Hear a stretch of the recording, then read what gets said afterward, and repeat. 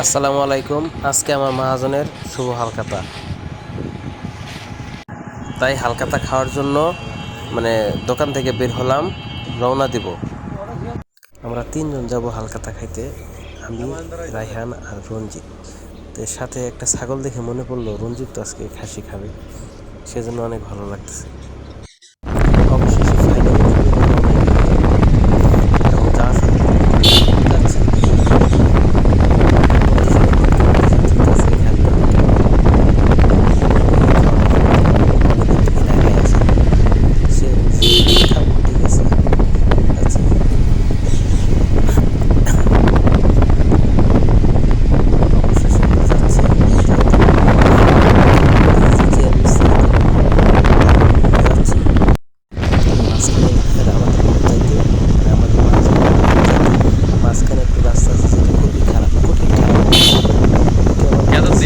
ভালো করে চালা কাদর দিয়ে আমার কিছু তাহলে আজকে হালখাতা খাওয়া আমাদের একদম চলে খাওয়া হবে।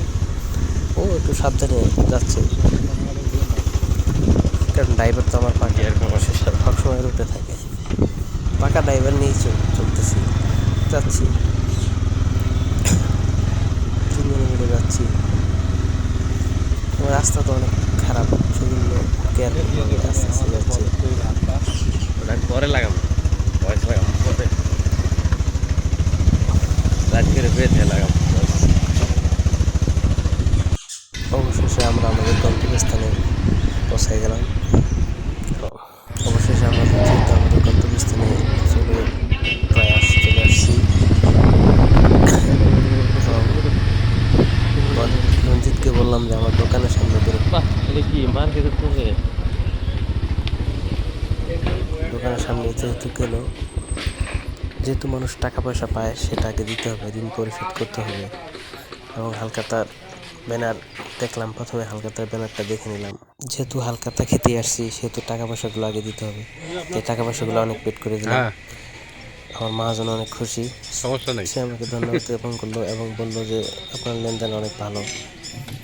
আমিও তাদের সন্তুষ্ট, টাকা পয়সা যেহেতু দিয়ে দিছি, আগেই দিয়ে দিছি টাকা পয়সা, কিছু সামথিং কিছু বাকি ছিল সেটা দিলাম। তারপরে উনি বলতেছে যে আগে খায় আসেন, আমি বললাম না, আগে টাকা পয়সা ক্লিয়ার করে দিই পরে খাবো। তারপরে উনিও টাকা পয়সা গুনে নিলেন।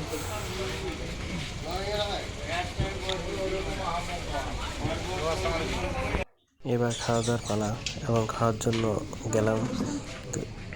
ওনার এটা ছিল ওনার গোডাউন ঘর, তাই একটু অন্ধকার, একটা লাইট সামথিং কিছু আলো আসতেছে। আমি বসলাম, আমি আর আমাদের পিচ্ছি রায়হানকে বললাম যে আজকে খাবি কিছু, এবং অবশেষে কিছু ভাত দিয়ে দিল। খাইলাম, অনেক খাবার খাইলাম, মজা করলাম, খাওয়া দাওয়া শেষ করলাম। খাবার দাবার শেষ করে বাইরে আসলাম, আসা দেখি যে আমাদের পিচ্ছি দাঁড়ায় আছে আর রঞ্জিত দাঁতি সিপার থেকে মাংস বাইর করতেছে। সব মিলিয়ে অনেক আনন্দ হলো, খাওয়া দাওয়া হলো, ঘোরাফেরা হলো। সবাইকে থ্যাংক ইউ, ভালো থাকবেন।